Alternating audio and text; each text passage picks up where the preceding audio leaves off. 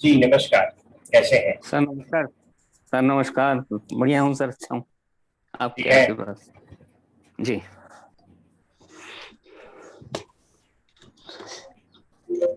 अभी लोग ज्वाइन नहीं कर पाए हैं तो थोड़ी सी चर्चा हम लोग कुछ कर लेते हैं। अभी तक कुछ कंसर्न आपके दिमाग में आया हो तो उसको कह सकते हैं। अम, सर मैं ये जानना चाहता हूँ। हेलो। जी हेलो। कुछ। हाँ सर, मैं ये जानना चाहता हूँ कि कोई चीज इन्वॉल्वमेंट नहीं हो रही, तो जैसे मैं क्या प्रॉपर्टी का काम करता हूँ, ठीक है सर। हेलो। जी सुन रहा होगा, थोड़ी आवाज कम है आपकी हाँ तो लेकिन मैं सुन पा रहा हाँ सर, मैं प्रॉपर्टी का काम करता हूँ, तो मेरे को देखा मैंने कि पैसा आ रहा है, उसके बाद प्रॉपर्टी बिकी है, और फिर कई जगह ऐसा है कि प्रॉपर्टी बिकी फिर पैसा आ रहा। हूँ। थोड़ी साउंड में कुछ दिक्कत है, मैं इसको ठीक करता हूँ।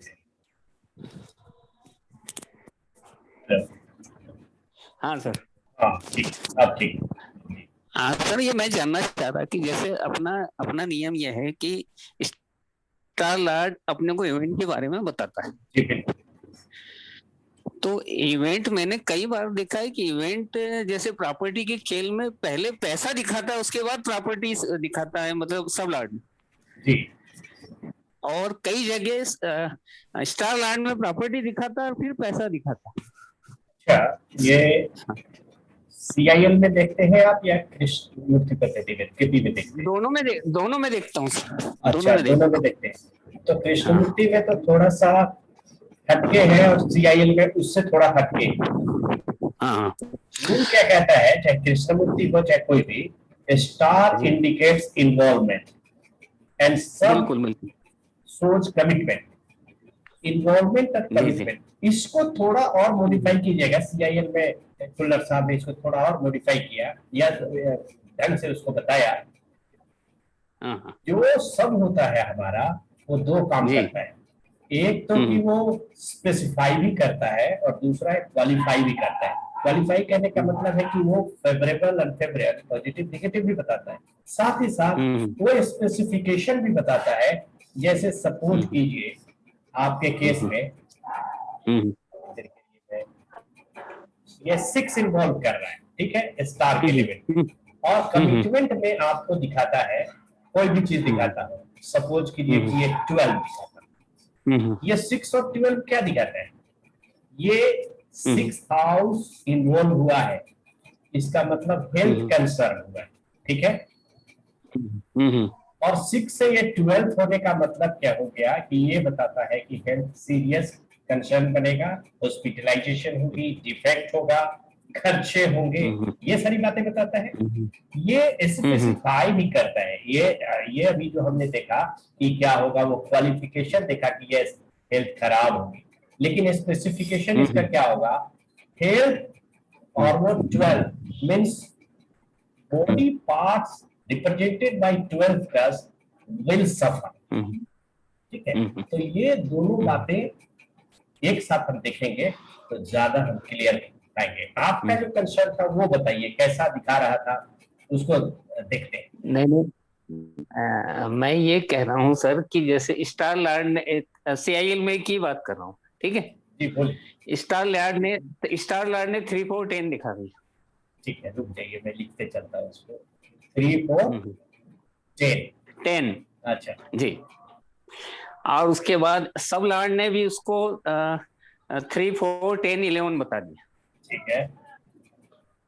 लेकिन फाइनल कंफर्मेशन जो सब लार्ड है, जी हाँ। वो 2 5 10 बताता है। ठीक है। 2 5 10। तो हाँ, तो मेरा ये कहना है कि जब सब लार्ज लेवल पे भी 3 4 10 आना चाहिए, तभी तो प्रॉपर्टी सेल होगी ना। जी। लेकिन उस दशा में बहुत ज्यादा बिकी है प्रॉपर्टी। सेल हुआ है। हाँ। ठीक है। 2 5 और 10 अकेला यही था? उस 2 5 10 11, सॉरी 12 भी था, 8 भी था, 6 भी बहुत था। बहुत बहुत सारे थे। उसमें आपका हाँ, हाँ। देखिए प्रॉपर्टी बिकने का क्या कॉम्बिनेशन हो सकता है। प्रॉपर्टी आपकी है 4, मेरे जी। सेल की बात कर रहे हैं ना आप, हम्म। तो सेल की बात है तो इसको हो जाना चाहिए 3, ठीक है, तब ये सेल हो जाएगा। जी। हाँ, हाँ। ठीक है, इसके साथ में क्या हो सकता है और भी सर इसके आपका, साथ 10 जब तक नहीं आएगा तब तक प्रॉपर्टी बिकेगी नहीं। नहीं, इसेंशियल नहीं है, 4 और नहीं 3 है। से प्रॉपर्टी सेल होते हैं। खाली 4 से भी हो सकती है।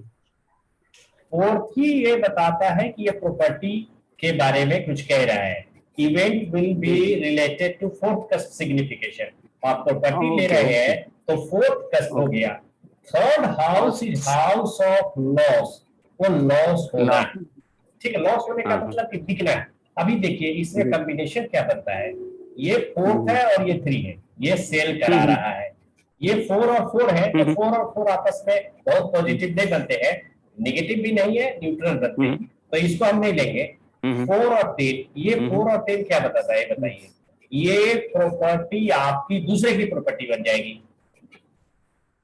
ठीक है, अच्छा। ये 4 और 11 ये बताता है कि यू विल एक्वायर प्रॉपर्टी या यू विल अर्न मनी, ये दोनों बात बताता है। हम्म, ठीक है, हम्म, अब हम्म, उसके साथ सब जो है वो एंड रिजल्ट बताने वाला है कि वास्तविक रूप में होगा क्या।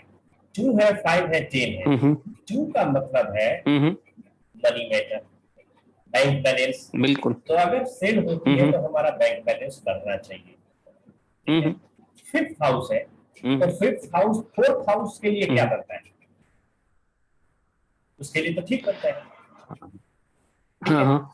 अच्छा 10th हाउस क्या हम्म, है, प्रॉपर्टी दूसरे की बन जाएगी, तो दूसरे की बन रही है। हम्म, ठीक है, हम्म, सिर्फ फिफ्थ हाउस जो था इसमें बहुत फेवरेबल नहीं था, बावजूद इसके हम्म, 2 और 10 की वजह से आपको ये सेल हुआ है, क्योंकि यहाँ सेल दिख गया पूरी तरह से और यहाँ उसका निगेशन नहीं हुआ। अगर वो निगेशन हो जाता तो नहीं होता। हम्म, जैसे सपोज कीजिए कि अगर फोर्थ होता, ये सब लॉट की हम्म, पोजीशन में बता रहा हूँ, ये ना हो करके फोर्थ हम्म, होता, हम्म, ये 11 हम्म, होता, तब आपके हम्म, पास रह जाती, नहीं जाती जी, आपके पास। जी, जी, ठीक है, जी, जी, ये जी, अकेला जी। ही काफी है हम्म, इसको सेल कराने के लिए। अब आप इसको सोचिएगा ऐसा, ये थर्ड कस्ट था और इधर हम्म, फोर्थ कस्ट था, ये सेल ऑफ प्रॉपर्टी हम्म, नहीं बताते।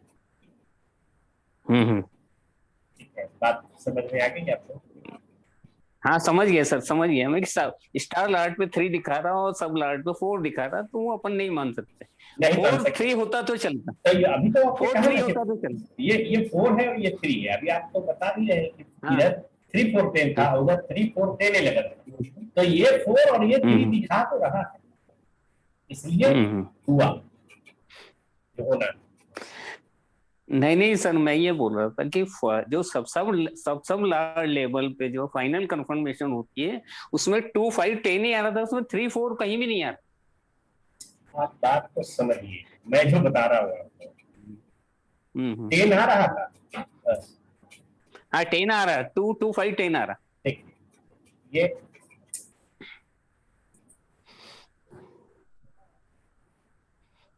ये जो 10th हाउस होता है वो दूसरे की हम्म, प्रॉपर्टी होती है।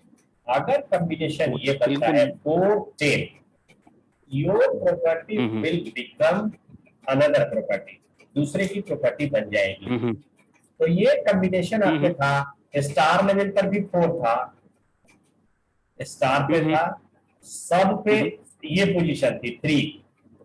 ठीक है, और हम्म, सब पर जो हम्म, पोजीशन था वो 10th था। Hmm, 10th house hmm, is positive for sale, sale के लिए पॉजिटिव हम्म, होता है, इस वजह से सेल ओके। हुआ।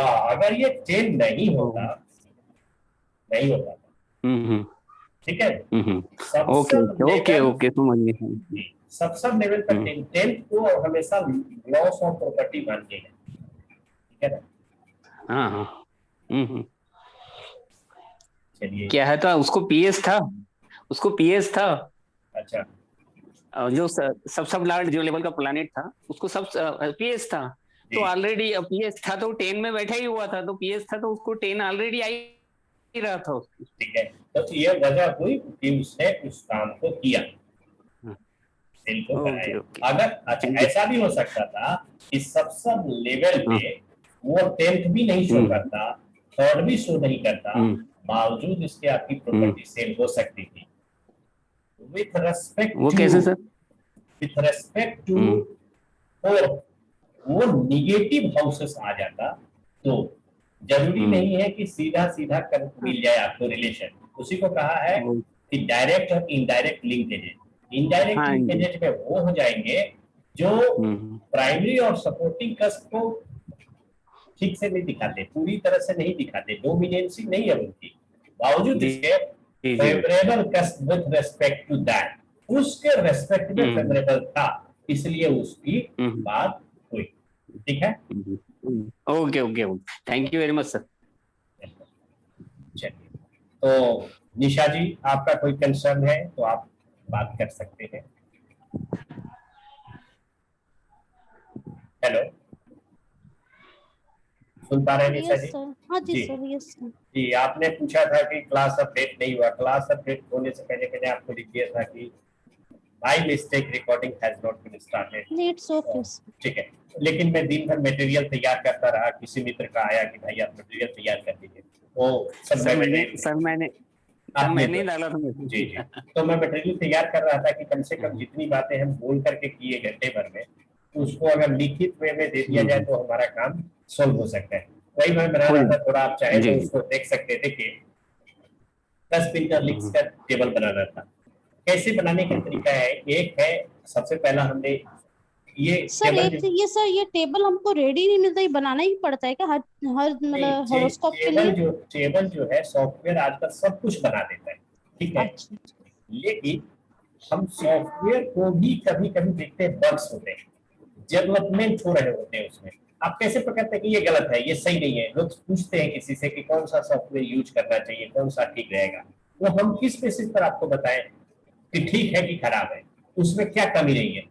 तो ये टेबल जो है, अभी जो जिस सॉफ्टवेयर की मदद मैं ले रहा हूँ, ट्रू एस्ट्रोलॉजी सॉफ्टवेयर, उसमें भी बग है, उसमें भी गड़बड़ी है। ठीक है, अच्छा हो सकता है कि मेरी रिक्वायरमेंट इस टेबल की इस तरह की नहीं है, क्योंकि जो टेबल शुरू में खुल्लर साहब ने बताया था, उस टेबल को कई बार मॉडिफाई कर दिया गया है लोगों की जरूरत के हिसाब से। ठीक है, ओके सर। तो उसके अकॉर्डिंग हमको जानना चाहिए, समझना चाहिए, और बने हुए टेबल को कभी इस्तेमाल नहीं कीजिएगा, मे बी रॉन्ग।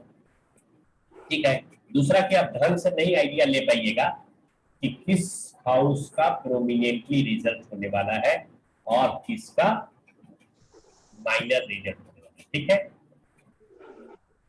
बात यहाँ तक क्लियर है? यस जी सर। सर। जी, तो ये टेबल जो पिछले बार हम लोगों ने पढ़ा था, उसी को थोड़ा सा मैंने बनाया है, ABCD लिख करके।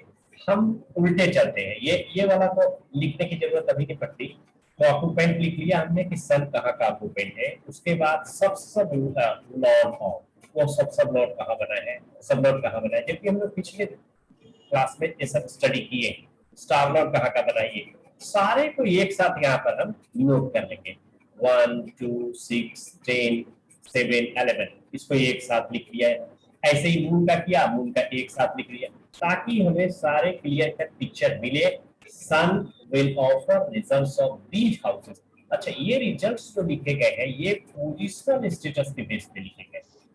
पोजिशनल स्टेटस, अगर उसके स्टार का रिजल्ट उसको खुद देना है, तब वो पोजिशनल स्टेटस कहलाता है। तो वो रिजल्ट लिख दिया हमने।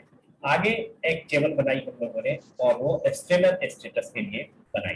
स्टेलर स्टेटस क्या है? Sun in the star of, Rahu के स्टार में है।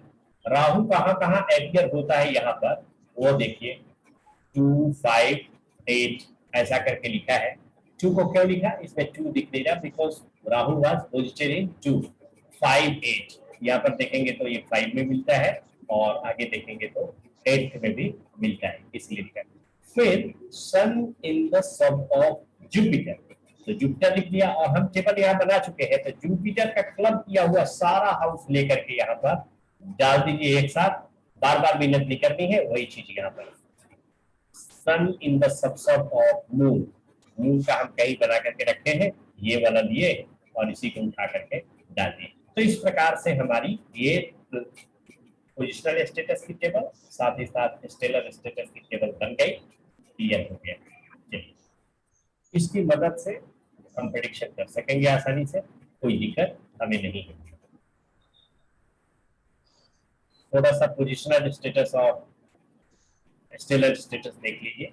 स्टेलर स्टेटस, जब किसी भी स्टार पे प्लैनेट होता है, उस स्टार पे होने का, स्टार का मीनिंग स्टेलर होता है, तो स्टेलर का मतलब जिस स्टार में है उसका वो फल करे, तो सबको किसी न किसी स्टार पे होना ही होना है, वहां का उसको फल करना ही पड़ेगा।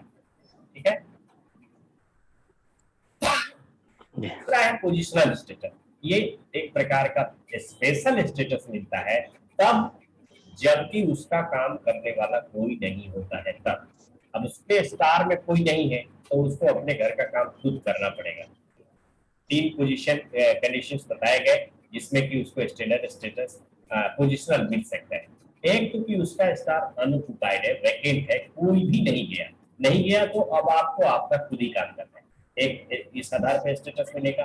दूसरा, वो प्लैनेट अपने ही स्टार में, इस केस में moon was in its own star. आप देख सकते हैं मून अपने स्टार में है तो मून को मून का ही काम करना पड़ेगा, तब भी मिल गया। तीसरा पोजीशन जो है, there is mutual exchange of stars, sorry Mercury Jupiter के स्टार में और जुपिटर मरकरी के स्टार में, ये इसका काम कर रहा है और ये इसका काम कर रहा है, तो हो गया, दोनों के पास स्टेटस हो गया, अपना अपना वो काम कर रहे हैं। एक इसी से निकल करके तीसरी वाली म्यूचुअल एक्सचेंज से बनती है, वो चौथी नहीं भी कह सकते, कह भी सकते हैं, जब कोई प्लैनेट राहु या केतु के स्टार में, उस प्लैनेट को पीएस मिल सकता है तब, जबकि राहु और केतु उस प्लैनेट को रिप्रेजेंट करते हैं। उस प्लैनेट को कैसे रिप्रेजेंट करेंगे? सपोज कीजिए कि और उसको देख रहे हैं, Rahu in star, Mercury sign and Mars star, तो राहु इज इक्वल टू, हम लिख सकते हैं मरकरी, और राहु इज इक्वल टू लिख सकते हैं मार्स। अब सपोज कीजिए कि अगर ये मार्स यहाँ पर राहु के स्टार में रहा होता, ऐसा हम हाइपोथेटिकल कंडीशन लेकर के चल रहे हैं, किसी किसी हॉरोस्कोप में गया नहीं। If Mars is in Rahu star, तब हम क्या करेंगे, राहु के जगह यहाँ पर इस राहु को रिप्लेस कर सकते हैं, किससे? मरकरी से भी और मार्स से भी। तो जैसे ही यू विल पुट मार्स, तो मार्स सबसे स्टार में हो गया, सो मार्स गॉट पीएस। किस वजह से? क्योंकि वो राहु या केतु के स्टार में था, इस वजह से। तो ये 3 कंडीशन और एक स्पेशल कंडीशन उसके अकॉर्डिंग मिल गया। एक टेबल मैंने बनाई है आपके लिए, find out positional status of planet in the chart. एक टेबल है, उसमें क्या है, इन इट्स ओन नक्षत्र। क्या अपने नक्षत्र में है? सन नहीं। इज इट्स नक्षत्र वैकेंट, क्या इसका नक्षत्र खाली है? आप देखेंगे कि सन के नक्षत्र में कोई प्लैनेट नहीं है, यस। अगला है, इज म्यूचुअल एक्सचेंज ऑफ नक्षत्र, कहीं इस हॉरोस्कोप में म्यूचुअल एक्सचेंज किसी नक्षत्र के साथ नहीं है, स्टार के साथ, इसलिए उसको इग्नोर किया गया। Is Rahu Ketu represents that planet, तो सन की बात कर रहे हैं, तो क्या सन को राहु या केतु रिप्रेजेंट करता है? Since sun in Mercury sign Mars star, Rahu represent Mercury and Mars, so no question, sun is not represented by Rahu and Ketu, no हो गया। अगला है, is in Rahu Ketu star, क्या राहु या केतु के स्टार पे है? Yes, sun is in Rahu star, तो मैंने लिखा है। अब ये ई और एफ जो टेबल बनाया गया, ये वाला, ये दोनों, इसमें एक में यस होने से नहीं चलेगा, दोनों यस होंगे तो पोजिशनल स्टेटस बनेगा। ये टेबल में जो बी कॉलम है, सी कॉलम है, डी है, ये इसमें किसी एक में भी यस हो जाएगा तो उस प्लैनेट को पीएस मिल जाएगा। ई और एफ में दोनों यस होना चाहिए तब, एक में नहीं। तो अगर इस टेबल में से आप ए बी सी डी में से एक जगह पा लेते yes, you can write yes, यहाँ यस तो यस। यहाँ देख रहे हैं कि कहीं दोनों है, सिर्फ एक जगह yes, Rahu is representing Mars, but अगला वाला भी कॉलम यस होता तभी हम लिखते हैं यस, पीएस मिलता है, उसको नहीं है इसलिए नहीं। तो एक टेबल है, ये भी मदद कर सकती है आपको, ठीक है? Okay sir. कोई दिक्कत कहीं बार? No sir. चलिए ठीक है, तो आगे बढ़ते हैं। तो एक मैंने इस थोड़ा सा इसमें भी बना दिया है आपको, CIL में लिंकेजेज। लिंकेजेज कितने प्रकार के बन सकते हैं? कस्टम लिंक्स 3 प्रकार के बनेंगे, लिंकिंग प्लैनेट, लिंकिंग कस्ट एंड लिंक कस्ट। ये बनाते हैं, इसका नाम पता है CIL, कस्ट इंटरलिंक्स थ्योरी। इंटरलिंक्स कहने का मतलब है कि वो लिंक हुए हैं। कैसे लिंक हो सकते हैं? 3 कंडीशन से लिंक हो सकते हैं। वो स्टार से हो सकते हैं, सब से हो सकते हैं, या तो देखिए स्टार से लिंक बना सकते हैं, सब से बना सकते हैं, या सब से बना सकते हैं। 3 के थ्रू वो लिंकेज एस्टैब्लिश करते हैं किसी भी कस्ट के साथ या किसी भी प्लैनेट के साथ, क्योंकि प्लैनेटरी पोजीशन में फाइंड आउट करेंगे यही स्टार सब एंड सब है। प्लैनेट पे भी यही है, भाव में भी यही है, दोनों जगह यही है। तो लिंकिंग प्लैनेट किसको कहेंगे? एक एग्जांपल लिया हमने, सपोज फिफ्थ सबलॉट इज मून। इस केस में पता नहीं वो है कि नहीं है, फिर भी हम लेकर के चल रहे हैं, उसको देख लेते हैं। मून कहाँ का है, कहीं का देखते हुए है मून 11th का है, ठीक है ना? 11th का सबलॉट। तो हम थोड़ा सा चेंज कर देते हैं इसको। 11th का सबलॉट यहाँ पर नहीं भी लिखते तो भी हाइपोथेटिकल कंडीशन से चलता। 11th सबलॉट इज मून, तो मून क्या हो गया? एक प्लेनेट हो गया। Moon is in star that is representing 7। और भी बहुत सारे कस्ट हो सकते हैं, 7, 8, 9, 5, कुछ भी। हम सिर्फ एक लेकर के चल रहे हैं समझाने के लिए, बहुत दिक्कत ना हो। Moon in star of planet that represents 7, in sum of a planet that represents 6, and a planet sub the planet representing 12 cusp। ठीक है, ये 3 बातें हो गई। अब इससे क्या बनता है? लिंकिंग प्लैनेट मून हो गया, क्योंकि चर्चा हमारी जिस प्लैनेट की हो रही है वो प्लैनेट लिंकिंग प्लैनेट कहलाएगा। Moon linking planet. Link cusp कौन हुआ? ये मून जहां जहां अपीयर हुआ था, all the cusp will be known as linking cusp। तो हमने 3, 4 लिख दिए हैं, 5, 9 to 11 में और भी कहीं होगा वो, तो सब हम उसको बोलेंगे लिंकिंग कस्प। लिंक्ड कस्प कौन पर हुआ? मून में स्टार सब और सब के थ्रू जिस किसी कस्प के साथ रिलेशन बनाया है, the cusps are known as linked cusp।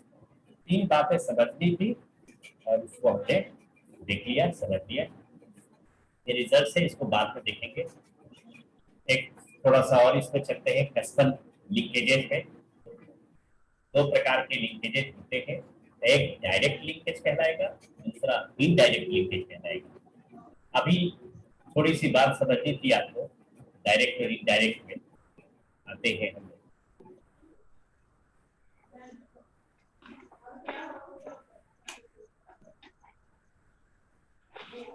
बाद में उसको देखते हैं, पहले यही देखते हैं डायरेक्ट लिंकेज और इनडायरेक्ट लिंकेज। कोई भी घटना घटती है तो वो घटना अकेले किसी एक भाव से संबंधित नहीं होता है। जैसे सपोज कीजिए कि किसी पर्सन का एजुकेशन लेना या एजुकेशन कंप्लीट कर लेना, ये किसी एक भाव का काम नहीं था।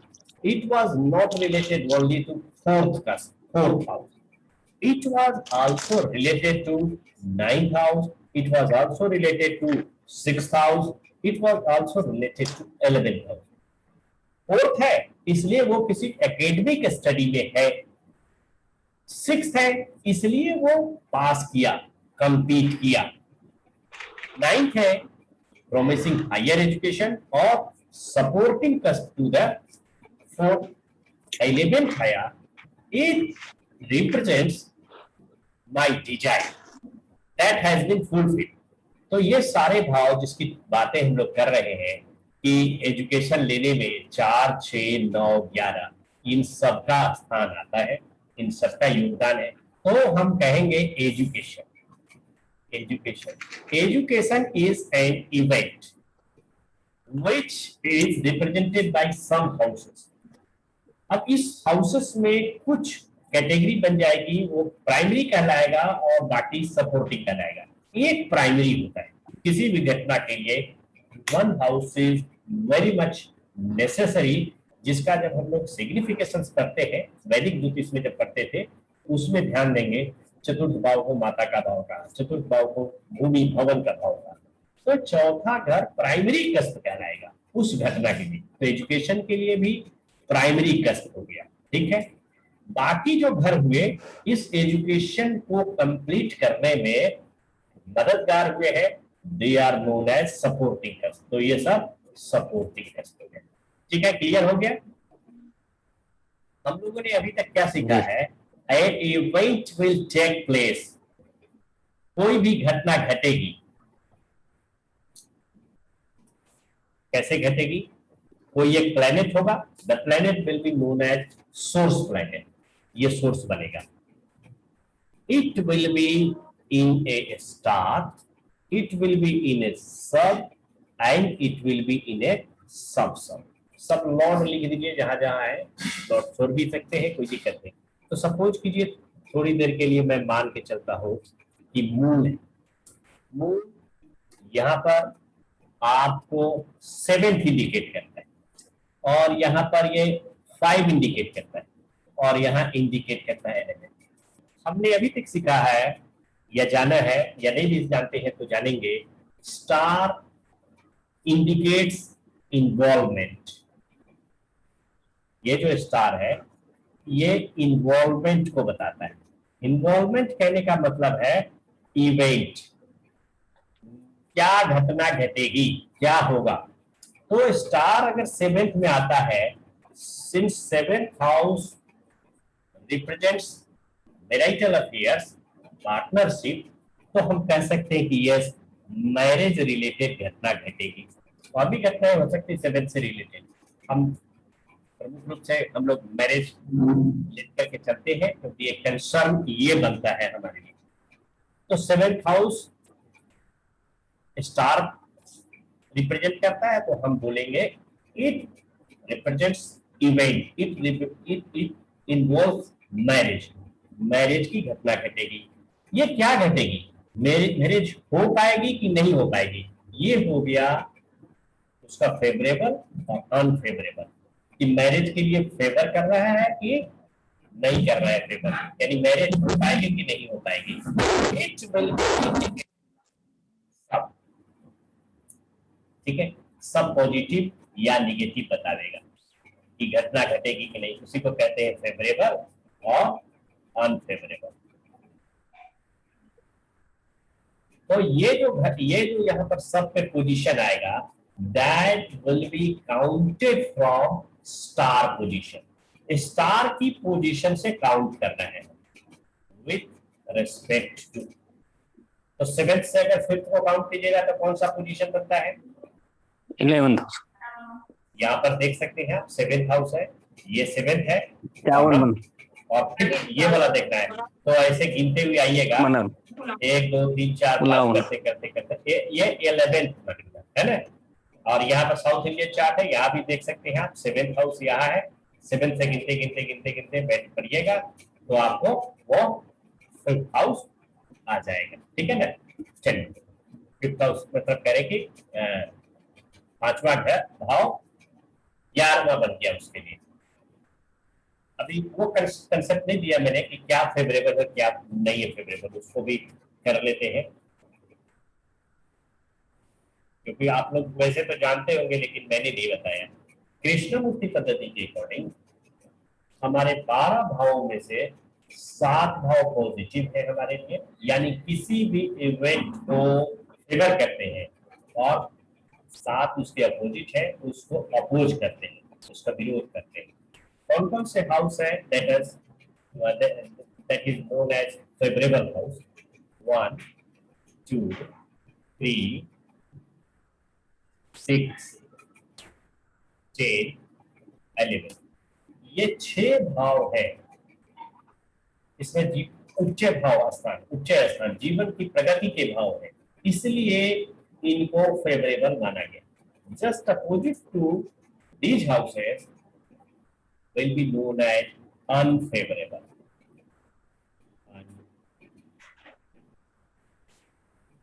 एक का अपोजिट 7 है, 2 का अपोजिट 8 है, 3 का अपोजिट, अपोजिट मतलब उसमें 7th ऐड कर दीजिए, 7th house from that house.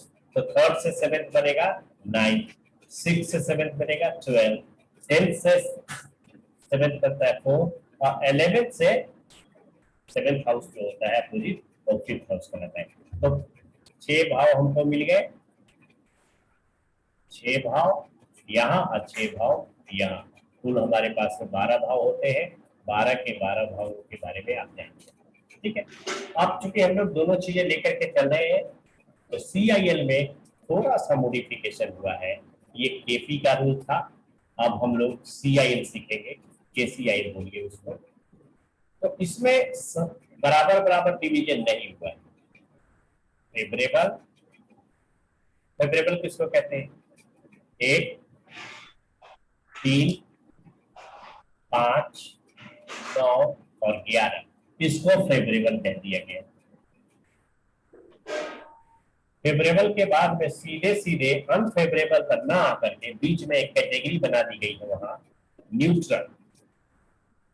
2, 6 and 10, these 3 houses considered as neutral houses, मतलब ना तो वो उसको भाव को बढ़ा देते हैं, पॉजिटिव बना देते हैं, ना निगेटिव बना देते हैं, मिक्स हो जाते हैं, उसी के जैसा हो जाते हैं, मतलब उसमें बहुत ज्यादा वो ऐड नहीं करते।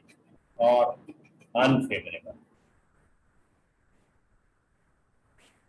ये अनफेवरेबल जो है वो क्या है? कौन कौन से होंगे unfavourable?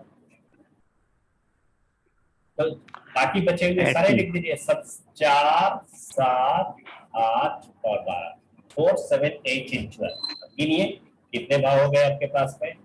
5 cusps here, 3 cusps and here 4 cusps। तो टोटल आप देखिएगा 12 cusps बन गए। ये इतने भाव है जो कि क्या है? फेवरेबल, न्यूट्रल और अनफेवरेबल हो जाते हैं। तो थोड़ा सा इसीलिए कहते हैं कि KP और KCIL में डिफरेंस है, लेकिन KCIL फार बियॉन्ड KP है, क्योंकि कृष्णमूर्ति साहब की खोज बहुत पहले की है और हर नई चीज को एक्सेप्ट करने के लिए तैयार रहना चाहिए, एक्सप्लोर करने को तैयार रहना चाहिए। तो इसमें हमें और थोड़े बेटर रिजल्ट मिलते हैं। जो कमियां उसमें रह गई थी वो कमियां यहाँ पूरी हो जाती। और मैं ऐसा नहीं कह सकता ये सिस्टम परफेक्ट है, हो सकता है 30, 40, 50 सालों बाद कोई और सिस्टम आ जाए जिसको और ज्यादा हम बेहतरीन माने। विथ डेवलपमेंट, जो भी डेवलपमेंट आएगा उसके साथ में हम नई नई चीजें ढूंढते हैं। जैसे उस समय हाथ से और उसको बनाना पड़ता था, हाथ से कैलकुलेशन करना पड़ता था, तो सब लोग भी निकालना एक डेडिकेट थी, दैट वाज टाइम टेकिंग, और उसमें भी बहुत सारे टूल्स चाहिए, चार्ट्स चाहिए, चाहिए पहले के समय में। अब वो सब सॉफ्टवेयर कर देता है, इसलिए हम लोग सब लोग भी लेने लगे हैं। और अब तो कुछ विद्वान हो गए हैं जो सबके आगे भी चले गए हैं। तो डेवलपमेंट का ये काम है, खेल है, उसके अनुसार चले गए। तो अब आप समझिए इसी फेवरेबल अनफेवरेबल को हम लेके चल रहे हैं। तो हम KCIL को लेकर के चलेंगे तभी कोई दिक्कत नहीं, KP को लेकर के चलेंगे तभी कोई दिक्कत नहीं है, ठीक है। ये 4, 7, 8, 12 जो कहे गए हैं ये बिल्कुल ही खराब घर कहे गए हैं। ये किसी भी भाव का नाश करने वाले भाव, ये समाप्ति के दूर तक। इसीलिए 7 अपोजिशन है, 12th is your loss, 8th is obstacles, hindrances, और 4th हाउस किसी भी भाव के एक चक्र के समाप्ति का भाव है। तो 4, 7, 8, 12 को बिल्कुल खराब मानना है, बाकी सबको उधर इंक्लूड कर दीजिए, कोई दिक्कत नहीं। 5 और 9 को यहाँ रखा गया है अनफेवरेबल में। 5 और 9 को चूंकि धर्म भाव कहा गया है, लेकर के चल सकते हैं कि ठीक है, दिक्कत नहीं। अभी हम लोग जो देख रहे थे कि किस प्रकार से प्लैनेट रिजल्ट ऑफर करेगा ये स्टेलर सिस्टम ऑफ एस्ट्रोलॉजी में, चाहे KP हो चाहे CIL हो। Planet will be in a star, the star will indicate event, वो किस प्रकार की घटना घटनी है, किस क्षेत्र की घटना घटनी है, किस भाव से रिलेटेड घटना घटनी है, and planet will be in a sub. This sub will qualify the event. ये इवेंट आपके फेवर में होना है कि नहीं होना है फेवर में। सपोज कीजिए कि एक व्हीकल की बात है कि व्हीकल खरीदना है, फोर्थ हाउस रिप्रेजेंट्स व्हीकल और उस व्हीकल पे सबलॉट जो है वो सबलॉट का पोजीशन थर्ड हो गया। With respect to fourth, third is 12, hence it is detrimental for that matter. वो व्हीकल के लिए डिट्रीमेंटल है, ठीक है। यहाँ भी देखेंगे तो अनफेवरेबल में है और यहाँ भी देखेंगे तो अनफेवरेबल में है 12। तो 12 की वजह से वो व्हीकल जो मुझे मिल रहा था अब मुझे नहीं मिलने वाला, या तो मैं खरीदने वाला था मैं नहीं खरीद पाऊंगा, ये बात हो सकती है। दूसरी बात ये हो सकती है कि मेरे पास है तो मेरे पास से कहीं और चली जाएगी। तो चली क्या जाएगी, लीगल वे में ट्रांसफर होती है, पैसे मिलेंगे हमें, और नहीं तो चोरी होनी है, चोरी हो जाएगी। मतलब loss of vehicle is indicated there, ठीक है। तो इस प्रकार से अगर हम, अच्छा सब का क्या इसमें रोल रहता है। कृष्णमूर्ति में सिर्फ सब तक जाना है, सब के आगे नहीं जाना। कृष्णमूर्ति में सब को भी सिग्निफिकेटर मान लेते हैं। CIL में हम स्टार तक ही मानेंगे significator. Planet will become significator of any house up to star level. Star level क्यों? स्टार लेवल का मतलब स्टेलर स्टेटस। और अगर PS हो गया तो प्लेनेट का अपना भी यहाँ नोट कर देना है, जो मून का 1, 2, 5 ऐसा अगर कुछ हो तो this will be positional status. And positional हो चाहे नहीं हो, स्टेलर तो है ही, तो वो रिजल्ट दे रहे हैं। सब आएगा CIL में, कस्प इंटरलिंक्स में। उसमें सब का क्या रोल है? सब अब ऐसा है कि हमने एक आपको एग्जांपल लिखा कि planet moon is in star of 7। ऐसा शायद ही कोई हॉरोस्कोप मिलेगा जब प्लैनेट सिर्फ और सिर्फ एक हाउस को डिनोट कर रहा होगा। KP में तो फिर भी मिल जाता, लेकिन CIL में संभव नहीं है कि एक ही हाउस मिले, क्योंकि CIL में क्या होगा, आप देखिए ये कितने बन जाते हैं, ये राशि लॉट, स्टार लॉट, सब लॉट और सब लॉट। एक हाउस के लिए कस्प के लिए 4 बन गए, तो 12 कस्प हमारे पास में 48 बन गए। अब इस 48 में तो प्रायोरिटी होती है, संभावनाएं होती है, प्रोबेबिलिटी कहते हैं जिसको। एक आने की प्रोबेबिलिटी बहुत रेयर होगी, शायद ऐसी कोई घटना घटे, नहीं तो एक से अनेक बार वो रिपीट करेगा प्लैनेट। हम लोगों ने ये जो टेबल बनाया है देखिए, एक अगर इस एग्जांपल को लेकर के चले तो बने राहु का सबसे कम मिला है 259, तो कम से कम 3 हाउस तो उसको भी मिले जिसको साइन अलॉट नहीं किया गया है, उसको भी 3 मिल गए। केतु की बात कीजिए तो देखिए वो कितने 6 घर का स्वामी बन जाता है। डिफरेंट लिंकेजेस की वजह से sign lord, star lord, sub lord, sub lord. Ketu तो साइन है नहीं, फिर भी भाव तो अनेक हमें भाव मिल जाएंगे। उस भाव के आधार पर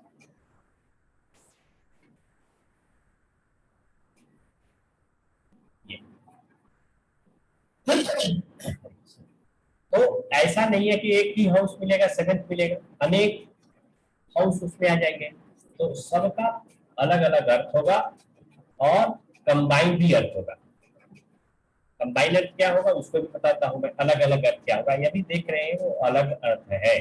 7th house is for marriage. Sublord की पोजीशन 8-5 में आई।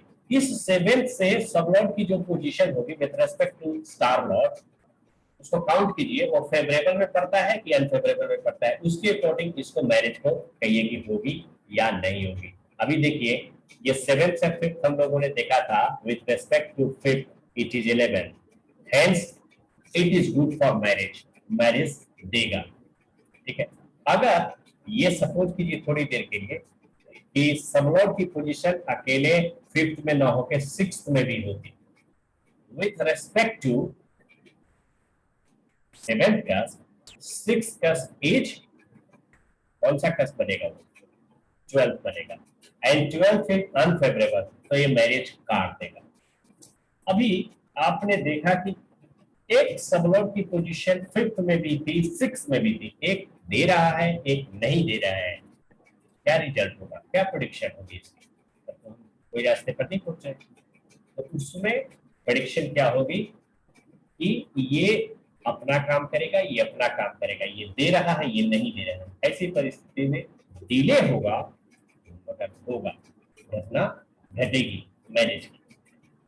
एंड रिजल्ट वास्तविक रूप से होगा कि नहीं होगा, और भी हो सकते हैं, 3-4 और हाउस मिल जाते हैं जो निगेटिव होते हैं, एक ही पॉजिटिव रहता है, या ये हो सकता है कि आधे पॉजिटिव आधे निगेटिव रहते हैं। सब law will states about this कि क्या होगा एंड रिजल्ट, सच में मैरिज होगी, मैरिज नहीं होगी। तो आपका पोजीशन अगर सब लॉ का 11th में है, तो इस 11th को भी you have to count from star position. ये स्टार है 7, और 7 से जब 11th को काउंट करेंगे तो कोई भी पोजीशन बन सकती है। कौन सी पोजीशन बनती है बोलिए? 5th पोजीशन बनती है, और 5th पोजीशन को हमने अच्छा माना हुआ है, देख लेंगे आप। 5th पोजीशन यहाँ पर फेवरेबल है, तो उसको फेवर कर दिया, घटना घट जाएगी। अगर यहाँ भी ऐसी कंडीशन हो जाए कि 12th हाउस भी यहाँ पर हो, तो 7th से 12th आप काउंट करिएगा तो कौन सा बनेगा? तो 6 बन जाएगा। ठीक है, वो न्यूट्रल न्यूट्रल है ना, न्यूट्रल है। तो लेकिन चूंकि 12th house consider loss house, तो वो जो चीज हम चाहते हैं हमारे मुताबिक नहीं होती, जो हमारे लिए है वो अच्छा नहीं होता, तो ये नहीं हो सकता। इसी प्रकार से अगर ये 6 में होता है ये सब लॉट की पोजीशन, तो इस स्टार से काउंट करते 6 की पोजीशन, तो ये 12th बन जाता है। तो ये वाला 12th भी नहीं है सही, तो 2-3 यहाँ भी कुछ पॉजिटिव कुछ नेगेटिव मिल गए, तो निश्चित रूप से डिले का केस होगा, देयर विल बी डिले। लेकिन घटना होगी, मतलब मैरिज की बात होगी, क्योंकि वो एक पॉजिटिव मिला, मिलने से वो घटना घटती है, रुकती नहीं है, बस डिले होता है, हिंड्रेंसेस होते हैं, ऑब्स्टेकल आती है। ठीक है, तो ये हमें एक टाइम देता है आइडिया कि कितना वक्त लगेगा इस घटना को घटने में, तो बैक टाइम हम फाइंड आउट कर सकते हैं। ठीक है, सबका दूसरा काम भी है यहाँ पर। ठीक है, दूसरा काम क्या है? ये तो था कि ये पॉजिटिव नेगेटिव बताया, इसने क्वालिफाई किया। क्वालिफाई करने का मतलब कि 2 तरह की क्वालिफिकेशन हो गई, यस, और दूसरा हो गया नो। एक और भी काम वो कर सकता है कि ये आपको उसके बारे में स्पेसिफाई करेगा, उसको और ढंग से बताएगा। जैसे 7 से 5th हो गया सब लॉट की पोजीशन, तो क्वालिफाई तो किया ही कि यस, साथ ही साथ ये स्पेसिफाई करता है कि ये लव अफेयर था, दैट हैज बीन मटेरियलाइज्ड। ठीक है, इस तरीके से देखेंगे, ये 7 से 6 हो गया, तो ये लॉस हो रहा है, सेपरेशन बता रहा है, डाइवोर्स बता रहा है, वो 6 और भी उसके बारे में 7 के बारे में बताएगा। ठीक है, चलिए, तो ये फेवरेबल अनफेवरेबल भी समझ गए, इन्वॉल्वमेंट समझ गए, कमिटमेंट समझ गए। इन्वॉल्वमेंट स्टार के थ्रू जिस भाव को बता रहा है उस भाव से संबंधित घटना घटेगी, और सब लॉट उसका क्वालिफाई करेगा कि ये घटना यस होने वाली है कि नो होने वाली है, और सब लॉट को एंड रिजल्ट बता देगा। एंड रिजल्ट कहने मतलब सब लॉट जो बता रहा है वो एक्चुअली वही होने वाला है कि क्या होने वाला है। इसमें 2 बातें होती है, इन डायरेक्ट और इनडायरेक्ट इन्वॉल्वमेंट, वही उसी को समझाने के लिए मैं ये सब किया। 2 तरह के लिखोगे, डायरेक्ट और इनडायरेक्ट। तो हमने देखा है कि पीसी मतलब प्राइमरी कस और दूसरा सेकेंडरी सपोर्टिंग कस। सपोर्टिंग कस उस घटना से रिलेटेड होते हैं। तो अभी तक हमने जो इधर देखा था एजुकेशन के लिए देखे थे, तो जैसे 4 और 9 इसको हम लोग एजुकेशन कहेंगे।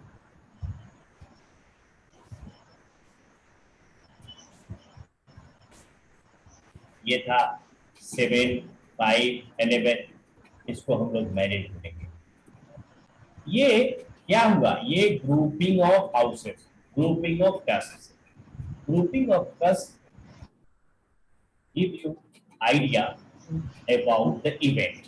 वो इवेंट को बता देगा ठीक से। जैसे अगर 3, 9, 12 आ गया तो ये निश्चित रूप से जर्नी को बता रहा है, ठीक है, क्योंकि एक प्राइमरी कस बन जाता है और 2 उसके सपोर्टिंग, तो तीनों ही वैसे ही बता रहे हैं। Third house is house of loss of your residence, 9th house है तो वो डिस्टेंस को बता रहा है, 12th हाउस स्ट्रेंथ प्लेस को बता रहा है। तो ये इससे एक इंटरप्रिटेशन निकला, ये कोडिंग है, उस कोडिंग को डिकोड किया हम लोगों ने, तो ये जर्नी मालूम पड़ी। इस प्रकार से और भी देख सकते हैं हम लोग, ठीक है, जैसे कि 2 है, 5 है, 11 है, तो ये लगा कि भाई एडिशन इन फैमिली है, चाइल्ड बर्थ होगा, ठीक है। इसी प्रकार से और भी इवेंट्स होते हैं, जैसे कि 1 है, 8 है, 12 है, ये एक्सीडेंट बता रहा है, ये डेथ बता रहा है। इस प्रकार से 6 है, 8 है, 12 है, ये डिजीज बता रहा है, हॉस्पिटलाइजेशन बता रहा है, सर्जरी बता रहा है। ग्रुपिंग ऑफ हाउसेस हुआ, grouping of houses is done checking primary कस्ट एज वेल एज सपोर्टिंग कस्ट, उस दोनों को लेकर के किया जाता है, ठीक है। प्राइमरी कस्ट साथ साथ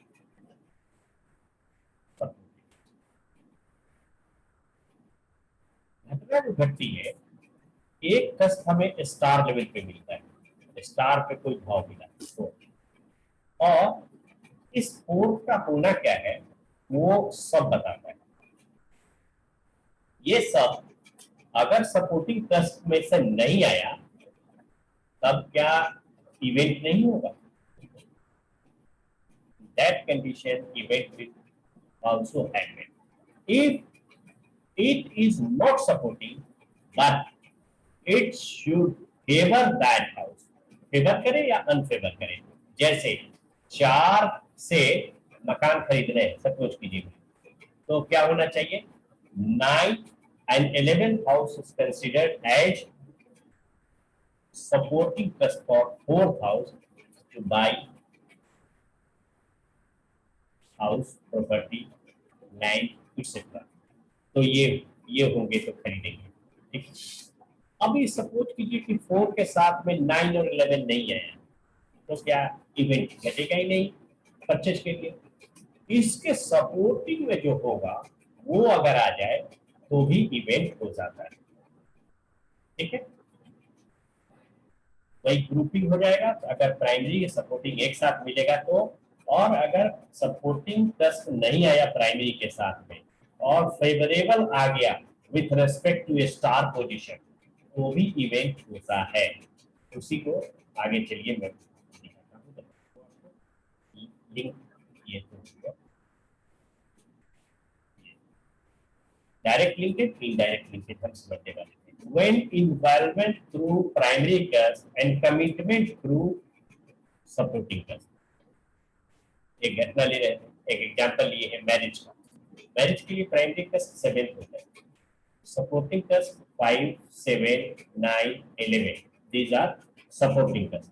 तो प्राइमरी के साथ में सपोर्टिंग आ जाए तो वो इवेंट बिल्कुल हो जाएगा, पक्का, ये बता रहा है। एक लिखा गया है, ये पिक्चर देखें, planet in the star sun and sub sun. कोई प्लैनेट है that indicates involvement at 7th house and sub position की 5, 7, 11 कहीं भी और फेवरेबल, दोनों बात लिखी गई, और फेवरेबल, चाहे 5 में, 7 में, 11 में हो और नहीं हो। 5, 7, 11 क्या थे? ये सपोर्टिंग थे। ये सपोर्टिंग नहीं आए तो फेवरेबल आ जाए तब भी मैरिज हो जाएगी। अच्छा, सब की पोजीशन हम लेकर के चलते हैं, तो जो स्टार की सब की पोजीशन थी वही सब की पोजीशन भी लेनी चाहिए। क्या 5 हो, 7 हो, 9 हो, 11 हो, तो वो मैरिज इंडिकेट करता है, यानी कि स्टार द्वारा बताए गए इन्वॉल्व हाउस के सिग्निफिकेशंस को बताते हैं कि होगी। नहीं हो तो फेवरेबल कस में आ जाए तब भी वो घटना घटेगी। सपोज कीजिए कि ये नहीं आता, ये वाला नहीं आता, और उसकी जगह 2, 4, 6, 8, 10 आ जाता है, तो ये सब से with respect to star position, these positions are considered detrimental, unfavorable, and hence the matter will be detrimental to star indicated house, star 7 बता रहा था, 7 की बात नहीं होगी, marriage will not be possible. ठीक है, अब इसी को थोड़ा समझना है। ये जो अभी एग्जांपल देखे आप, that was directly indicated, direct linkage. Direct linkage कहने का मतलब प्राइमरी कस्प को इन्वॉल्व किया, स्टार लेवल पे प्राइमरी कस्प इन्वॉल्व हुआ और सब लेवल पे सपोर्टिंग कस्प इन्वॉल्व हुआ, 5, 7, 11 कोई भी। ठीक है, अभी अब दूसरा कंडीशन ले रहा हूं मैं, ये तो है ही बना हुआ स्टार सब। स्टार जो है वो 5 में आता है,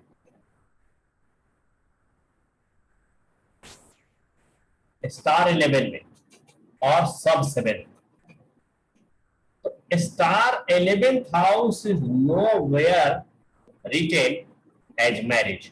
कहीं भी 11 का मीनिंग मैरिज नहीं है, अगर मैरिज की हो रही है, यह दे सकता है मैरिज। ऐसी परिस्थिति में भी स्टार इन्वॉल्व किया 11 को और सब कमिट किया 7 को। डिजायर फुलफिल बाय मैरिज, इसको इस तरह से पढ़ेंगे।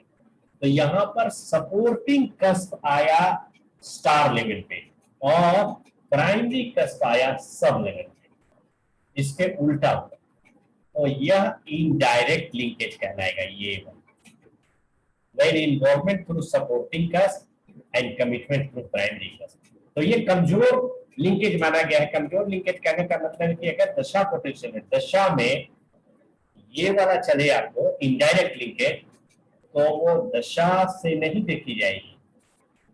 भुक्ति जो होगी दशा के बाद, जिसको महादशा के बाद अंतरदशा कहते हैं, दैट अंतरदशा, या फिर साउथ में उसको भुक्ति बोला जाता है। That bhukti should be strongly related to the event. अगर मैरिज का मैं एग्जांपल दूं, तो कोई एक प्लेनेट चल रहे, जुपिटर की महादशा चल रही है और जुपिटर मैरिज के बारे में कुछ नहीं कहता, either not positive not negative, marriage may take place.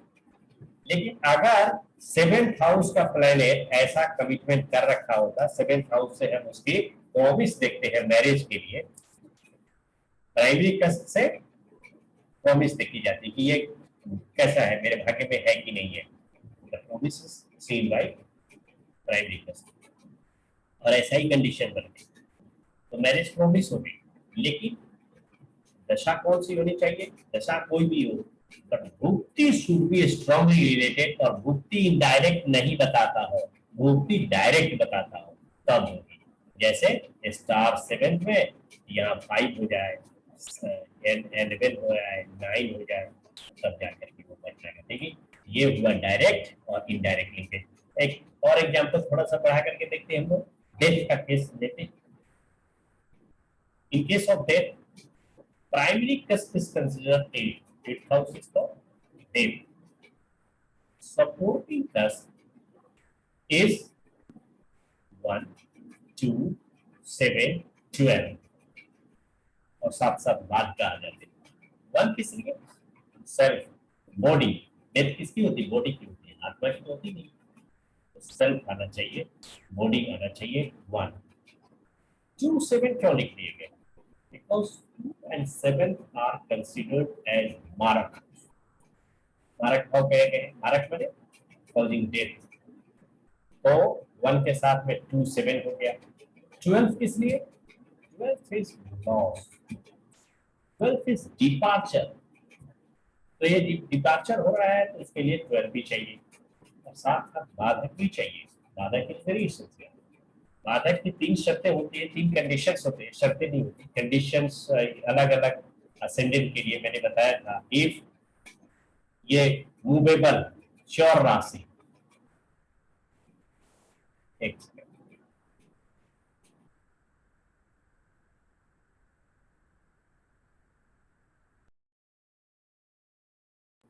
ठीक है, ये असेंडेंट अगर मूवेबल हो, मूवेबल कहने का मतलब है एरीज हो, ये हो, तो ये इस कंडीशन में 11th हाउस बिकम्स बाधिका।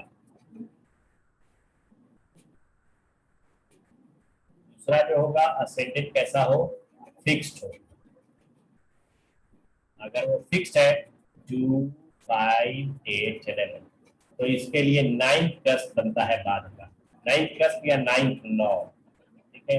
असेंडेंट अगर ड्यूअल मतलब द्विस्वभाव, द्विस्वभाव होते हैं 3, 6, 9 और 12, यानी मिथुन, कन्या, धनु और मीन, इसमें हो तो इसमें 7th गस्ट भी बन जाता है मारक। तो इस कंडीशन में मारक और बाधक वही हाउस काम करते हैं।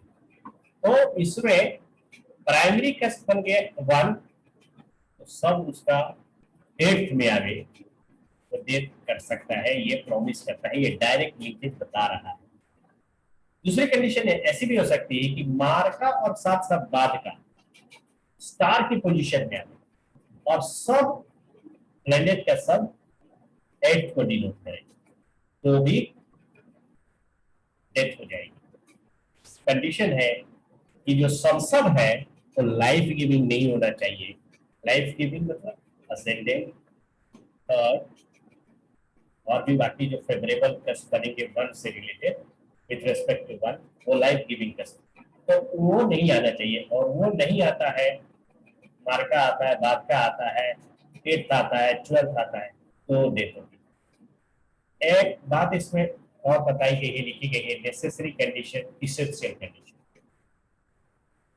जो इनडायरेक्ट लिंकेजेस बने हैं उसके लिए है कि जब दशा चले और वो घटना घटनी हो तो वो स्ट्रांगली रिलेटेड होनी चाहिए बुद्धि से, साथ ही साथ में नेसेसरी कंडीशन और इसेंशियल कंडीशन दोनों फुलफिल होती हो तभी घटना घटती है। जैसे ये इसमें नेसेसरी कंडीशन बनाए, ये ऐसा होना चाहिए, यानी ये स्टार का ये पोजीशन हो और सब की ये पोजीशन हो, सब की ये पोजीशन, ये essential condition. Necessary and essential दोनों मीट होगी तो घटना घटेगी।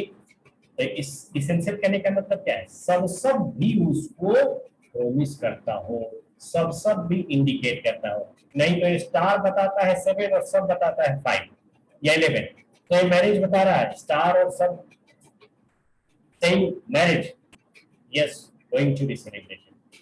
लेकिन प्लैनेट का सब जो है वो 7th के फेवरेबल नहीं है, अनफेवरेबल हाउस में, 6 में चला गया, 12 में चला गया, 4th में चला गया, तो क्या हो गया,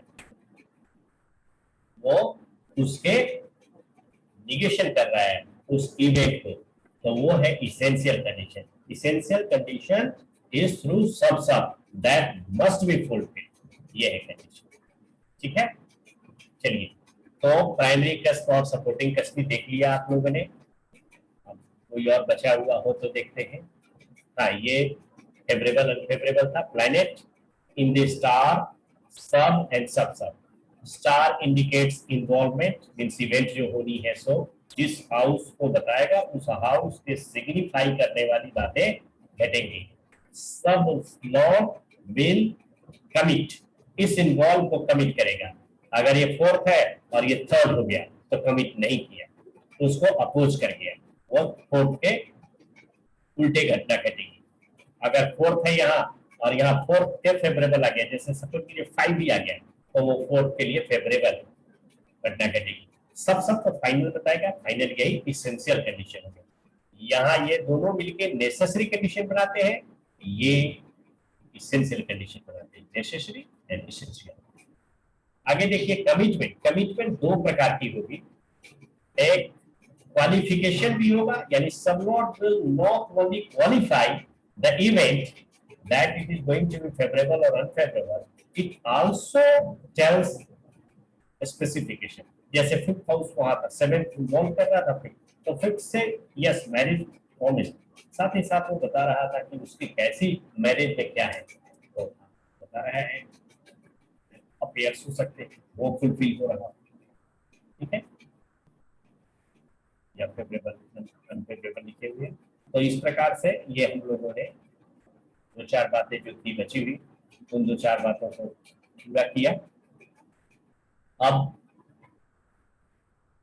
मेरे हिसाब से पहले से अगर जानते रहे तो अच्छी बात है, नहीं जानते रहे हैं तो अब आप उस लेवल तक निश्चित रूप से पहुंच गए हैं जब आप बेसिक फंडा समझ गए कृष्णमूर्ति के, बेसिक फंडा समझ गए कस्प इंटरलिंक्स के।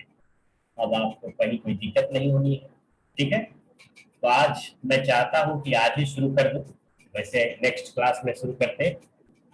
एक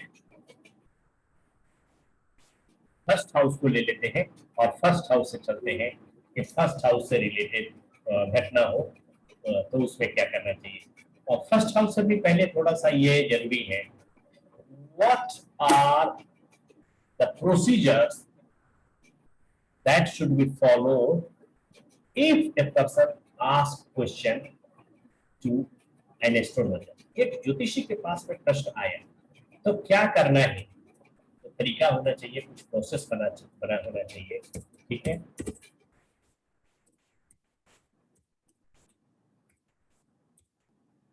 प्रोसीजर मैं उसको लाइन बताता हूँ। सबसे पहले आप क्या करेंगे, अगर आप बैठे हुए हैं अपने स्थान पे हैं, you have ample time and tools available, you can cast a chart. आप उसका चार्ट बना के उसी समय आंसर देंगे जाएंगे। अगर आप फुल टाइम कर रहे हैं तो आपके पास ऐसा होगा, आप अपने ऑफिस में बैठे, घर में बैठे आप कर सकते हैं। अगर ऐसा संभव नहीं है तो क्या करेंगे, you should ask a seed number from your client. आप सीड नंबर पूछिए।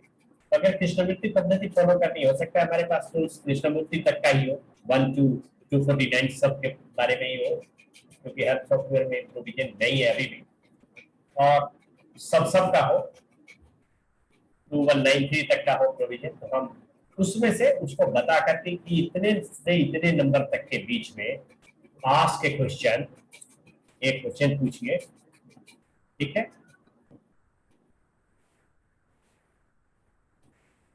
वो नंबर एक पूछिएगा, नंबर दे देगा। जैसे सपोज कीजिए कि 1000 नंबर आउट ऑफ 2193 दे दिया, नंबर नोट करके रखिए। And you have liberty to जज this horary chart when you have time. अब आप कभी भी देखिए, 1 साल बाद भी देखिएगा, 2 साल बाद भी देखिएगा, what will change, planetary position will change, ये चेंज हो जाता है। लेकिन जो कस्पल पोजीशन है वो फिक्स हो जाता है। इस नंबर के अकॉर्डिंग ये कस्पल पोजीशन फिक्स है। आज बनाई तो, कल बनाई तो, परसों बनाई तो फिक्स रहेगी। हाँ, ये भी चेंज हो सकता है। If I change my place, मैं बेंगलोर में बनाऊंगा तो कुछ और आएगा, मुंबई में कुछ और आएगा, पटना में बनाऊंगा तो कुछ और आएगा, कैलिफोर्निया में बनाऊंगा मैं कुछ और आएगा, ठीक है। इसके अकॉर्डिंग भी चेंज हो सकता है custom position. Otherwise custom position भी फिक्स रहती है। तो ये हो गया कि आप सीड नंबर देंगे, सीड नंबर के साथ में जब टाइम है हम करेंगे। जब हमने हॉरोस्कोप बना लिया सॉफ्टवेयर की मदद से, हॉरोस्कोप बनेंगे, क्योंकि ये आप संभव नहीं है कि टेबल ऑफ हाउसेस लिए जाए और बाकी टेबल के बनाए जाए। बहुत मुश्किल का काम था जब हम लोग शुरू में किए थे इसको, तो उस समय टेबल ऑफ हाउसेस सब जगह के नहीं थे, किसी किसी जगह के होते थे, बनाते थे हाथों से। अब सॉफ्टवेयर है, हर जगह बना सकते हैं। अगला जो प्रोसीजर होगा, सबसे पहले उसको कहते हैं हम लोग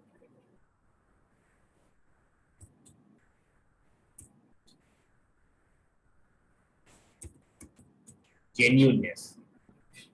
सबसे पहले आप जेन्युइननेस चेक करेंगे। How will you check genuineness? Genuineness check करने का तरीका क्या है? मून की पोजीशन, यस, मून की position, yes yes. Psyche of the person, of the person मतलब सब किसी की भी psyche is represented by moon. Moon mind को बताता है, उसकी सोच को, उसके विचार को रिप्रेजेंट करता है। तो पर्सन जिस विषय को लेकर के आया है, जो जानने की इच्छा रख के आया है, शब्दों में उसी चीज को बोला है कि नहीं बोला है। कई बार ऐसा होता है, हम कहना चाहते जो है, सामने वाला समझ नहीं पाता उस चीज को। कहते हम कुछ है हम, लेकिन समझा नहीं पाते। ऐसी परिस्थिति में क्या होगा कि उसने जिन शब्दों का प्रयोग किया वो शब्द उसको आंसर की तरफ नहीं ले जाते। कभी कभी बातचीत होती है, बातचीत बिगड़ जाती है, क्यों? इस प्रकार से प्रयोग हो जाता है शब्दों का, अर्थ का अनर्थ हो जाता है। तो जेन्युइननेस चेक करने के लिए जो क्वेश्चन किया है पर्सन ने, उससे सबसे पहले हमें फाइंड आउट करना पड़ेगा व्हाट आर प्राइमरी कस्ट, कस्ट मींस भावा, एंड सेकेंडरी कस्ट। ये पहले फाइंड आउट कर लेंगे उस क्वेश्चन से रिलेटेड, उसको लिख करके रख लीजिए। सपोज कीजिए मैरिज का ही है, तो प्राइमरी लिख लिया मैंने और सपोर्टिंग लिख लिया मैंने यहाँ पर। अब की पोजीशन अगर इन कस्टम पोजीशंस में आती है, तब तो उसने जो प्रश्न किया है वो सही किया है, यानी कि सही बोल पाया है मेरे सामने और मैं सही समझ गया, तो हम उसको चार्ट को सही मान लेंगे और आगे काम करेंगे। ये जेन्युइननेस का मीनिंग ये हो गया, जैसे आपके पास में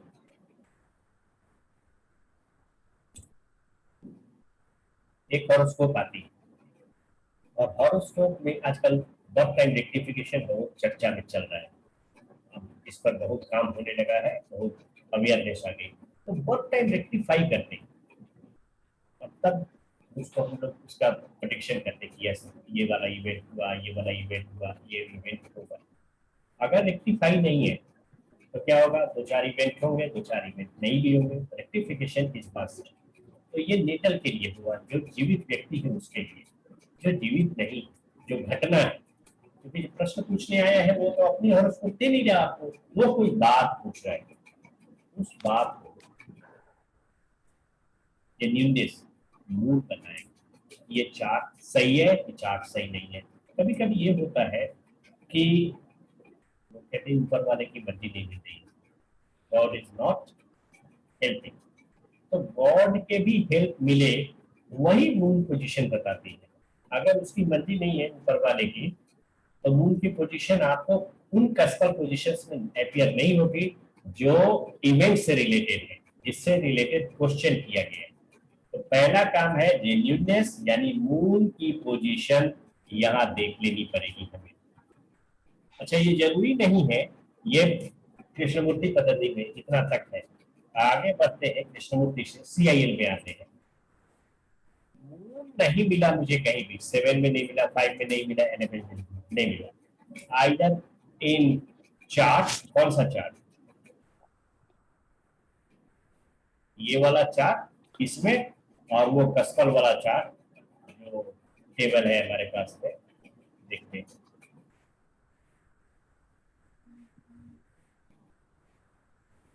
ये वाला चार्ट, ये वाला, इसमें कहीं नहीं मिला और इसमें भी नहीं मिला, तो जरूरी नहीं कि क्वेश्चन गलत ही होगा। जेन्युइननेस नहीं है, जेन्युइननेस होगी तो एक स्टेप आगे जाना है।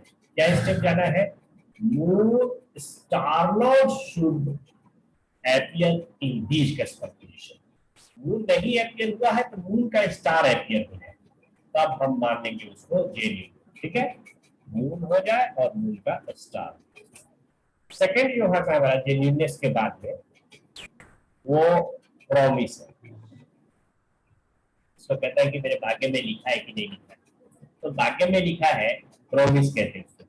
तो प्रॉमिस हमें कई स्टेप में देखते हैं। कई स्टेप क्या है? प्रॉमिस सबसे पहले असेंडेंट से देखी जाती है।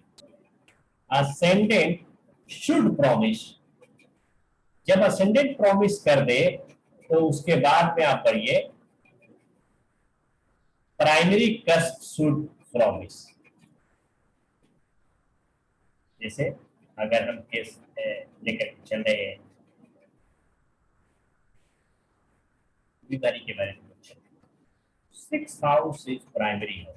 हाउस तो और भी आ जाएंगे उसके साथ में, 6 है, 8 है, 12 है, लेकिन 6th house is for sickness. तो 6 कस का प्रॉमिस चेक करेंगे, 6 कस क्या कहते हैं। साथ ही साथ एक प्रॉमिस और भी होती है, ये तो मेरे भाग्य में लिखा था और ये मेरे उस कस्प ने भी प्रॉमिस किया, लेकिन क्या करवाने की इच्छा है? Is God promising? कहते हैं ना, मैन प्रपोजेड गॉड डिस्पोजेड। तो मैन प्रपोज तो कर रहा है, जैसे हम लोग कहते हैं स्टार प्रपोजेड सब डिस्पोजेड। तो स्टार दिखा रहा है इवेंट और सब इवेंट को निगेट कर जाता है, नहीं हो पाती है इवेंट। वैसे ही मैन प्रपोजेड गॉड डिस्पोजेड। तो असेंडेंट दे रहा है, प्राइमरी कस्ट भी दे रहा है, ऊपर वाले को भी देना चाहिए आपको, तभी होगी। तो उसको 11th हाउस को एस्ट्रोलॉजी में हॉरोस्कोप में ईश्वर की इच्छा मानी जाती है, गॉड विल्स। तो वो 11th कस्ट, 11th कस्ट शुड आल्सो प्रॉमिस। तो हर स्टेप को सीरियली बनना है, सीक्वेंस में बनना है, किसी स्टेप को बाद में नहीं कर सकते आप। First step is genuineness. If you have find out that question is genuine, then come to promise of ascendant. Ascendant should promise. If it is promising, then proceed to primary cusp promise. और primary cusp की promise भी yes हो गई, then come to 11th cusp promise. ये 4 step हो गए आपको अगर मिला के देखिए तो, ये चारों सीक्वेंस से करना है। If you find anywhere no, then you have to stop and you can declare the result that it will not materialize. ये नहीं होने वाला, ठीक है। ये रूल है, ये तरीका है पुरानी को करने का। जहां कहीं भी मिल गया नो, हम वही रुक जाएंगे। जेन्युइननेस मिलना चाहिए, यस, तब आगे बढ़ेंगे। Ascendant promise, yes. प्राइमरी कस्ट promise, yes. 11th cusp promise, yes. अगर यहाँ जेन्युइननेस मिला, आपका असेंडेंट मिल गया प्रॉमिस, अब प्राइमरी कस्ट निगेट कर गया, then you cannot go to 11th cusp promise चाहिए। और 11th कस्ट का प्रॉमिस चेक करने पे वो था, तो इवेंट नहीं होने वाला है, क्योंकि एक जगह ब्रेक लगा है। जहां ब्रेक लगा उसके आगे नहीं बढ़ सकते, क्योंकि विश्वोत्तरी दशा अगर आप इस्तेमाल करते हैं तो उसको आप जानते हैं 5 लेवल की विश्वोत्तरी दशाएं चलती रहती एक साथ हर समय। कौन कौन से? दशा, भुक्ति, अंतरा, सूक्ष्म, प्राण। तो DABSP, इसमें से जो पहला वाला है वो निगेट कर गया, तो उसके बाद वाला कितना भी स्ट्रॉन्ग होगा नहीं दे सकता। If dasha lord is negating the matter, bhukti can not offer, antara, sukshma, prana can not offer. हाँ, दशा लॉर्ड इज साइलेंट। साइलेंट कहने का मतलब if it is neutral, not negative but not promising, the event may happen in a strong bhukti. ये rule है, ये तरीका है, ठीक है। मुझे लग रहा है कहीं कोई दिक्कत नहीं किसी को।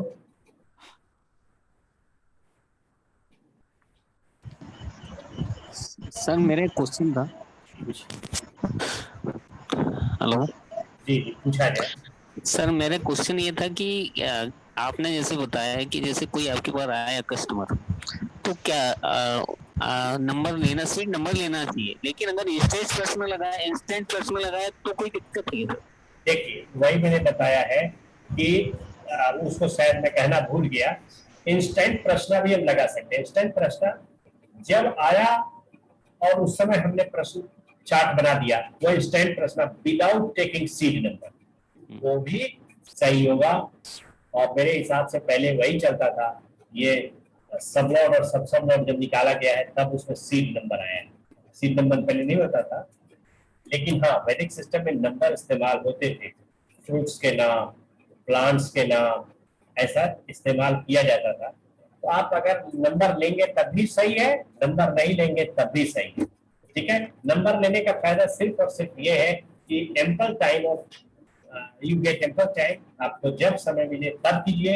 अभी करते करते कोई ऐसा काम आ गया जब उसको छोड़ के चले गए, तो फिर हम बाद में उस समय से चार्ट बनाएंगे जब टाइम परमिट करेगा, टाइम मिलेगा, तो फिर नया चार्ट बनेगा, पुराना वाला चार्ट समाप्त हो गया, नहीं यूज होगा। ये कुछ ही और कुछ सर एक क्या एक लाइव लाइव एग्जांपल देके कर सकते हैं क्या? एक क्वेरी है अभी मेरा मन में आया हुआ है। जी बोलिए। मेरा 28 तारीख को एक एग्जाम है सर, जी 4 दिन का बाद में। वो कैसा होगा? डिपार्टमेंटल एग्जाम है प्रमोशन के लिए। जी कैसा होगा का मतलब क्या है ये बताइए। माने एग्जाम अच्छा होगा कि क्या होगा, पास होंगे कैसे, यही बात है। देखिए जब हम क्लास में करते हैं किसी चीज को, दैट नॉट नेसेसरी कि वो सही हो, ठीक है, क्योंकि वो क्वेश्चन की अर्ज होती है तो शायद नहीं होती, लेकिन हम इसको करके देखते हैं क्या है जी और कैसा बताता है। सीखने के पर्पज से हम लोग इसको निश्चित रूप जी से करेंगे।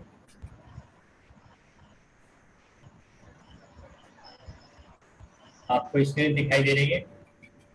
हाँ अभी अभी का इंस्टेंट भ्रष्टाचार बनाया गया है बिना किसी सीट नंबर के, और ओके ये एस्ट्रोलॉजर जहाँ पर बैठा होता है वहाँ का लॉन्गिट्यूड लैटिट्यूड इस्तेमाल किया जाता है।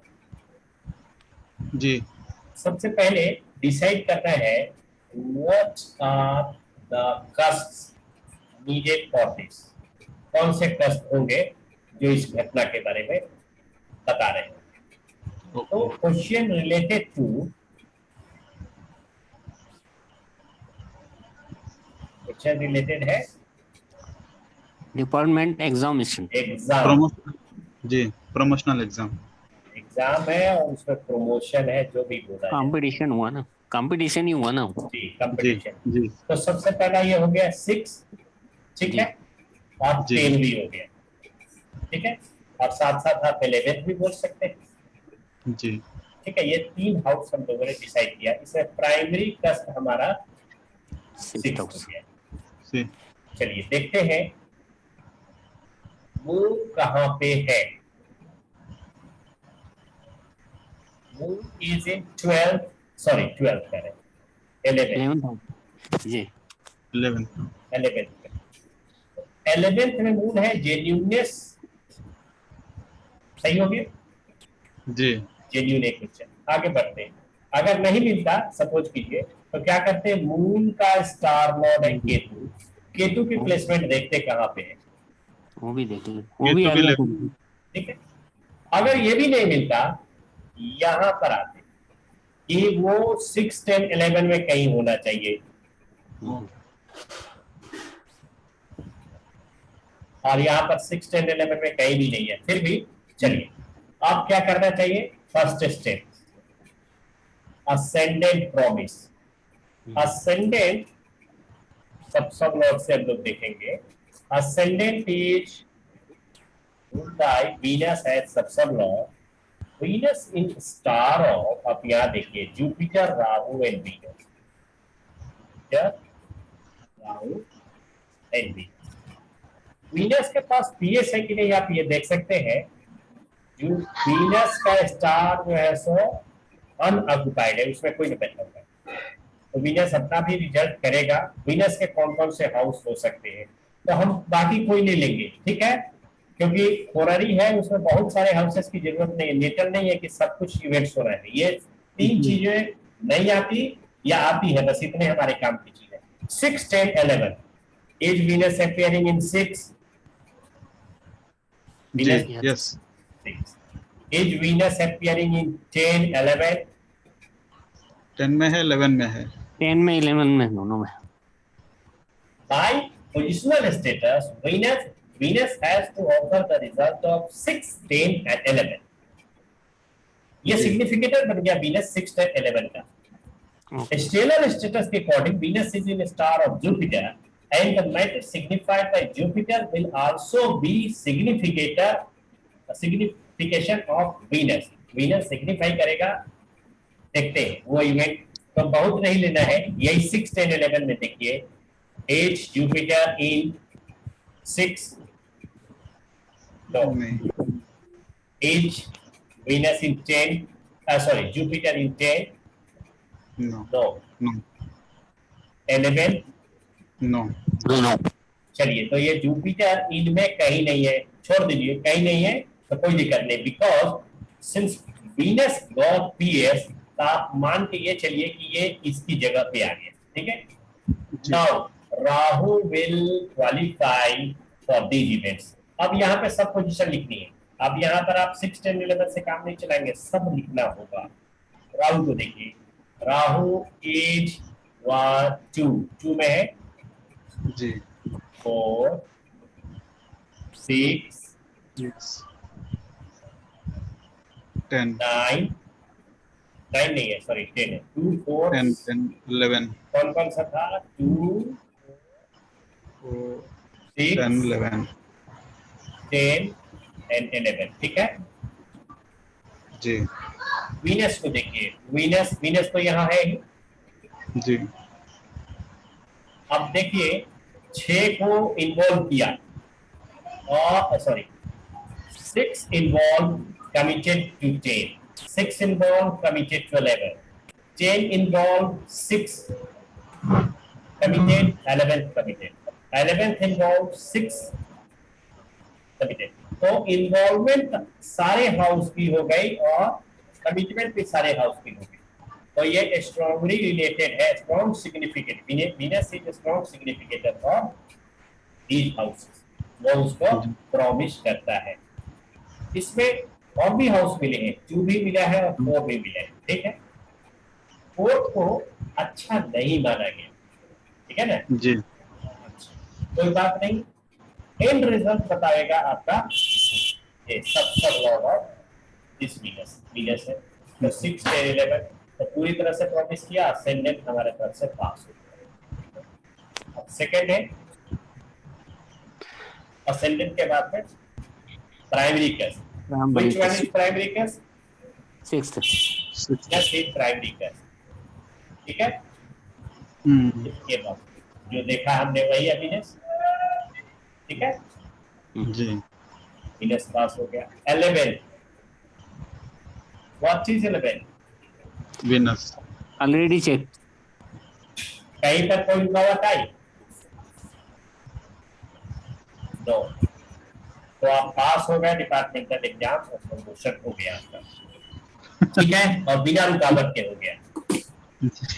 बिना एग्जाम के पास। एग्जाम तो देना ही पड़ेगा लेकिन बिना रुकावट के, क्योंकि ये आपके जो वीनस की पोजीशन बनी है 6, 10, 11 के अलावा माने बहुत ज्यादा नहीं है रुकावट बनी। देखिए हो सकती है 2 भी है और साथ में वीनस को देख लीजिए कहाँ कहाँ है, देख लीजिए जरा। वीनस 2,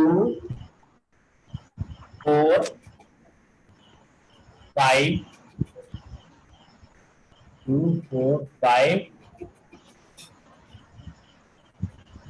2, 4, इसमें साथ में ऐड कर दीजिए आप वीनस का जहां भी पोजीशन है, इसमें लिख देते हैं 2, 4 and 5। Fifth house is detrimental house, 6 के लिए डेट्रीमेंटल है, ये कटकुट लग रहा है। फोर्थ ये बहुत ज्यादा उसमें नहीं कर रहा है, वैसे फोर्थ को नहीं मानते सही।